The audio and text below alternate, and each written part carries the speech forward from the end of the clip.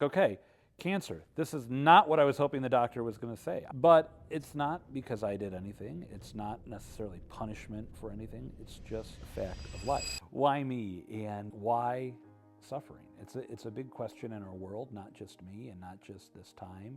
20 years ago, I encountered this document, this pastoral letter written by St. John Paul II on the Christian meaning of human suffering, Salvifici Doloris. It's a beautiful, beautiful letter. I mean, it's just a beautifully rich document. But right before I end up in the hospital, I'm actually giving a talk on that letter, and on the question of suffering and the meaning of suffering. And what a great primer that was, because the question of suffering, it can be said that man experiences suffering whenever he experiences any kind of evil, or when he is not participating in a good in which he ought to participate. So take a step back from the 5 kids, from the wife, the cancer, and just look at the world we live in. What were we created for?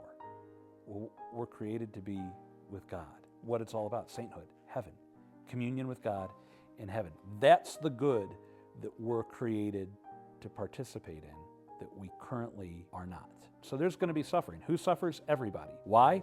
Because we're not participating in the good in which we were created for. Now, sometimes, is that a result of our own actions? Absolutely. Sometimes we bring on our own suffering. Sometimes it's punishment for our sin. Sometimes it's, the consequence of foolish actions.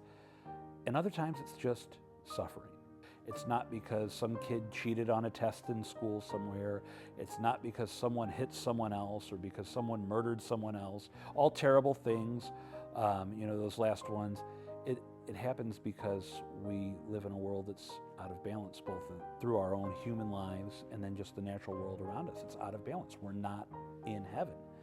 So all of that said, when you have that perspective, other people read the joy of the gospel or crossing the threshold of hope or God is love. You're reading suffering and you've got this view like, okay, cancer. This is not what I was hoping the doctor was going to say. But it's not because I did anything. It's not necessarily punishment for anything. It's just a fact of life. But the hope of it is it's also not the final word. And there's any number of reasons to say, okay, God, how are you going to work through this? Because he is. He's going to work through it. He can work through any circumstance we're in.